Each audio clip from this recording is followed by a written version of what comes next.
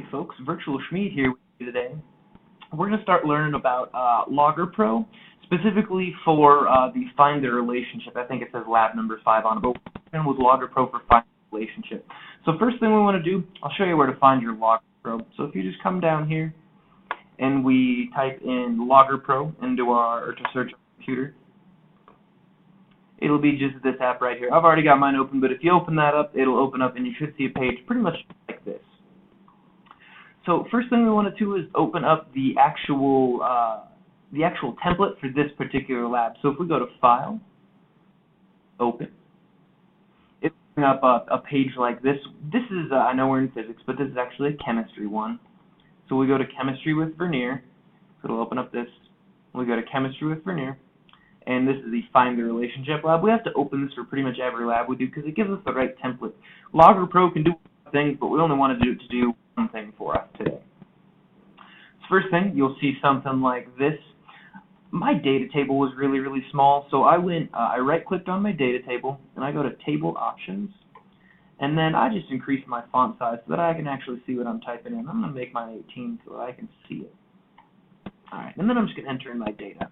I'm going to be working through example number 3, the inverse one, so I'm just going to be entering the data from example number 3, 2, 24, 3, 16, and as you do this, we see our data start to pop up on our graph. So we enter it into our data table, we see it start to pop up on our graph there. So we've got that all entered in, and now we're going to try to figure out the relationship here.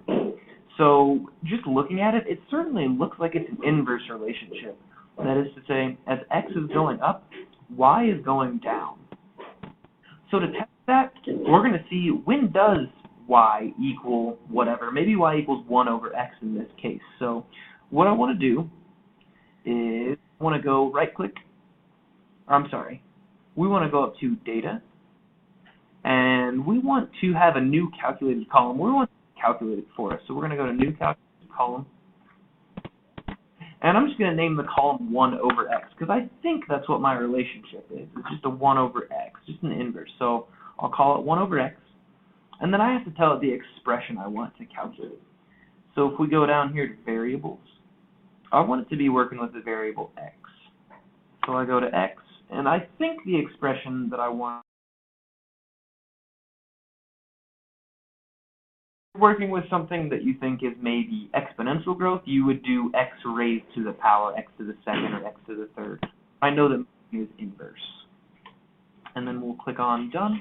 So now over in our data table, we see 3 columns now. We see x, y, and 1 over x. We want to look at the relationship between y and 1 over x. So if I come down to my x-axis, and I see this little x right here, I can go to the x column. I want it to be displaying 1 over x. So now what my graph is, I have 1 over x on the x-axis, and I'm comparing it to y on the y-axis. And that looks pretty darn good, actually, doesn't it? It looks like when I'm comparing 1 over x and y, it fits linearly. And we're going to check that. So if we come up here, we see this button for linear fit.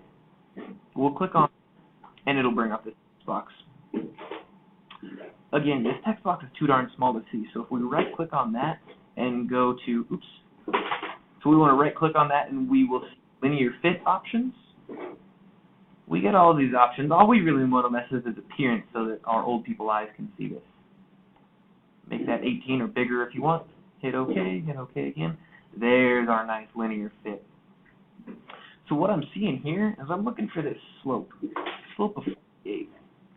What that's telling me is it's not y equals 1 over x.